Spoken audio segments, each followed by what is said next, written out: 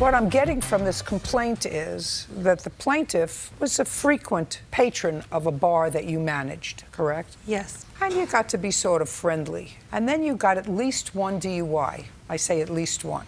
And you had to have installed in your car that mechanism that you have to breathe into or something before the car starts, and it won't start if you've had any alcohol. That's an expensive thing to install. How much was it? It's about $300. The plaintiff says that he thought it was much more than that, and he loaned you $2,000. Is that what she told you it was to put it in the car? It was for legal expenses as far as fines, reinstatement fees, and... So it wasn't just to put the ignition locking system? No, to get her back on her feet legally. Like I said, you had to pay fines, legal costs, court costs. So how much money did he give you? $2,000. And when did he give it to you?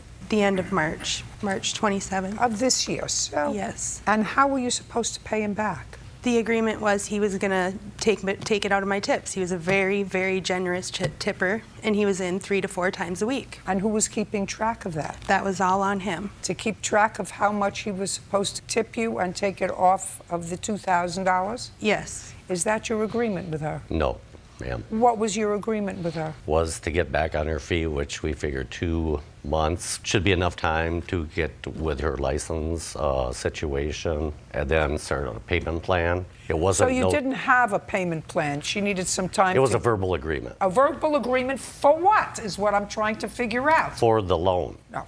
Mr. Hagan, either you have a written contract or you have a verbal contract. Either one has to have specifics. Right. So I want you to tell me what the specifics of the oral agreement were. On days prior to receiving the check, we were setting my witness will testify to how and what it was supposed to be used for as far as the repayment. I want you to tell me, you gave her the money. I want you to tell me what the agreement was with regard to repayment. I was supposed to get a repayment back in July. As through per a text message, I never received that.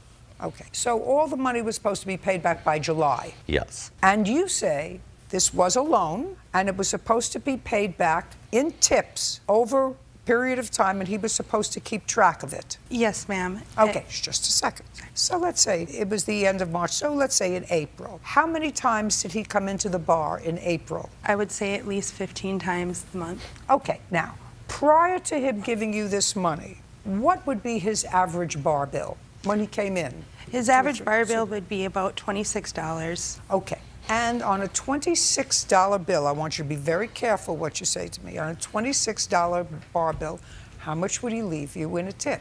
A generous tip would be $5. That's a generous tip. So what would his tip be if he was a generous tipper? 7 to 9. Let's say he tipped you $7, right? Yes, ma'am. And he came in how many times a week? 3 to 4. Okay. Let's say he came in 3 times a week. I'm going to use your figure of 7 as opposed to my generous 5. Say he came in 3 times a week. So he came in 12 times.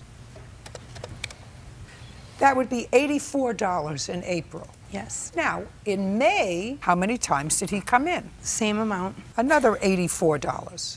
Yes. June.